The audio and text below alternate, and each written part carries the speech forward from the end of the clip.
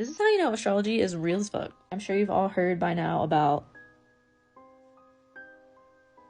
So let's look at Johnny Depp's birth chart. Ready? He's going through his second Saturn return, and on the day that the news broke out about everything and everything went to trial was the exact time of and peak of his Saturn return. Second Saturn return, to be clear. This is in his house of marriage and relationships. For the last few weeks, he's had the North Node on his Venus and his Mercury in the 10th house. 10th house represents reputation, how you're seen in the public eye. Venus, relationships, Mercury, communication. North Node, destiny. You can't make this up.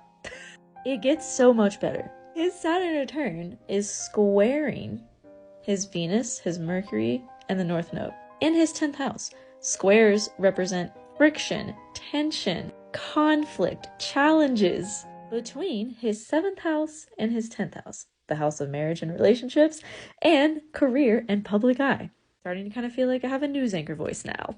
It's also the house of reputation, so there's a conflict between his relationship, marriage, and reputation. He has Chiron in Pisces, where Venus currently is. Relationship healing when it comes to other people's resources. In the house of like debt, taxes, like other people's resources, affairs. Like the 7th house is also legal affairs, so like it's no surprise that this is when the trial is. Like, and he's going through a lot of healing because of this.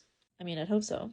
He also has Chiron on his Jupiter right now and trining his ascendant. All this stuff is impacting his identity in a really big way. Even if we don't see it like in the public sphere or it's not talked about, it's happening. When the trial started too, he had Mars on Saturn and the moon on his Mars. Emotional turmoil and hardship. Challenging, rough times when it comes to his money and his relationships and his career. He's going through a full-on rebirth and transformation right now in every area of his life almost. And it still gets better. Let's look at the birth chart for Amber Heard. I don't know her exact time of birth, but they have so many planets aligned. It doesn't even matter. So she has Mars in Capricorn. He has his moon in Capricorn, 2 degrees away from her Mars, which is generally a hot and fiery placement when it comes to relationships and sex life. But it can also be really emotionally aggressive and tumultuous and triggering. And this is in Johnny Depp's house of hidden enemies.